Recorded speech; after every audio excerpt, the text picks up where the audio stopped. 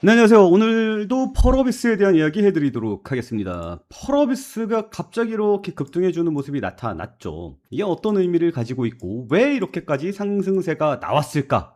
요 부분에 대한 이야기 해드리도록 하겠습니다. 벌써 누군가 눈치를 조금 채긴 했더라고요. 여기 보면 뭔가가 있다. 게임주 다 올랐다. 게임주 ETF 펄어비스보다 2배 올랐다. 뭔가 냄새가 풍긴다. 곧 뉴스가 나올 듯하다. 냄새를 살살 맡은 분이 있어요.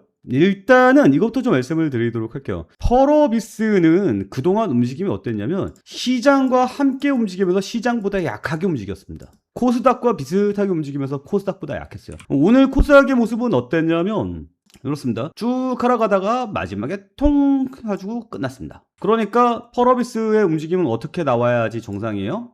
비슷하게 나와야죠. 쭉 갈아가다가 마지막에 평 하고 끝났어야 되는 건데 여기서 후발로 때려 붙는 듯한 느낌으로 가고 있죠. 이 뉴스를 좀 말씀을 드리고 싶습니다. 코스피, 코스닥 동반 하락에도 게임 업종이 상승해주는 모습이 나타났다.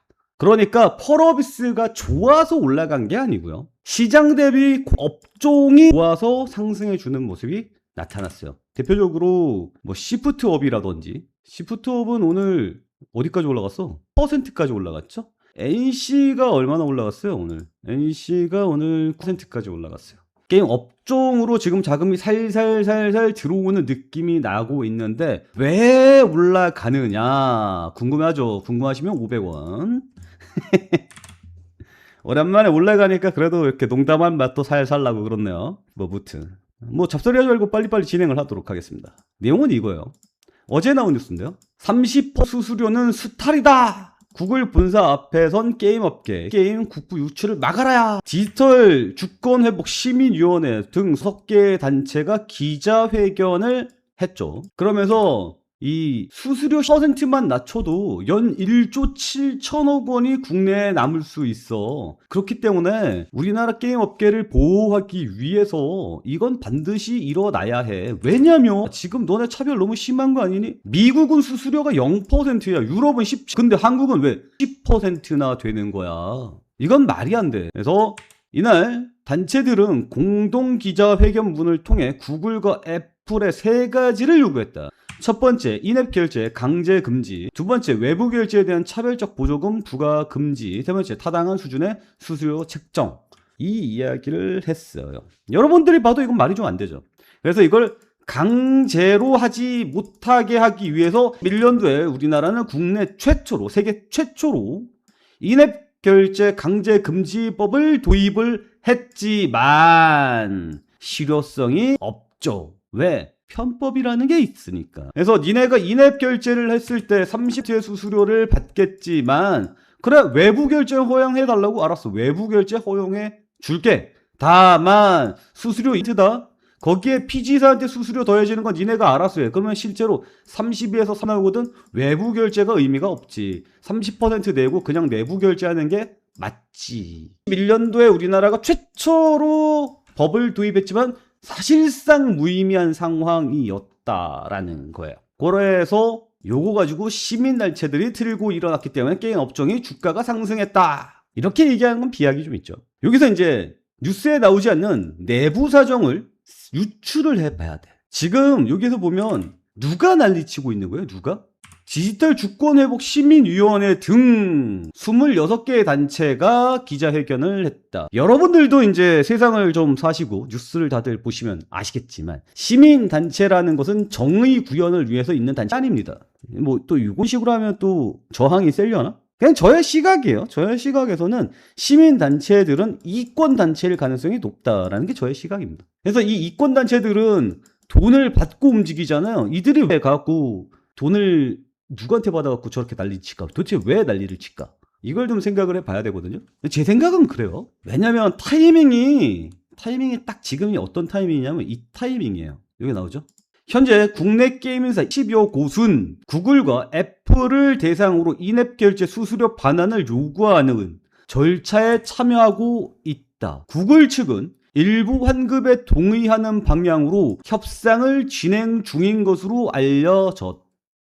280곳에 달하는 회사가 구글과 애플을 대상으로 환급을 받으려고 싸우고 있고 구글도 거기에 어느 정도 동의하는 바가 있다라는 거예요. 그래서 돈을 더 받아야 되잖아요. 그래서 환급금을 두고 구글은 전체 수수료 납부의 15 안팎, 게임사 측에서는 20% 안팎을 주장하는 것으로 전해졌다.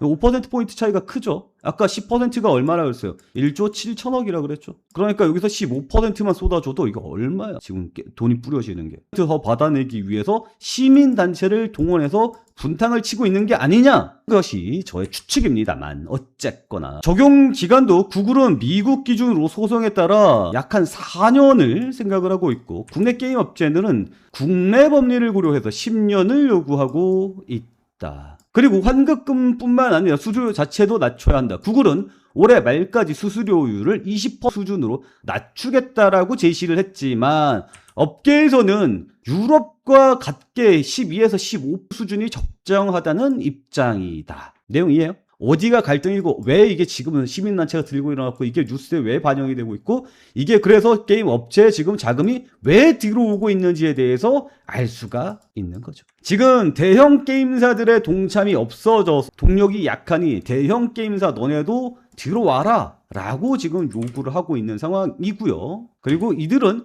23일에 청와대 분수광장에서 2차 기자회견을 열고 대통령실에도 공동 요구서를 제출할 계획이다. 본격적으로 판을 벌리고 있는 상황입니다. 그러니까 우리 입장에서는 응원해야죠.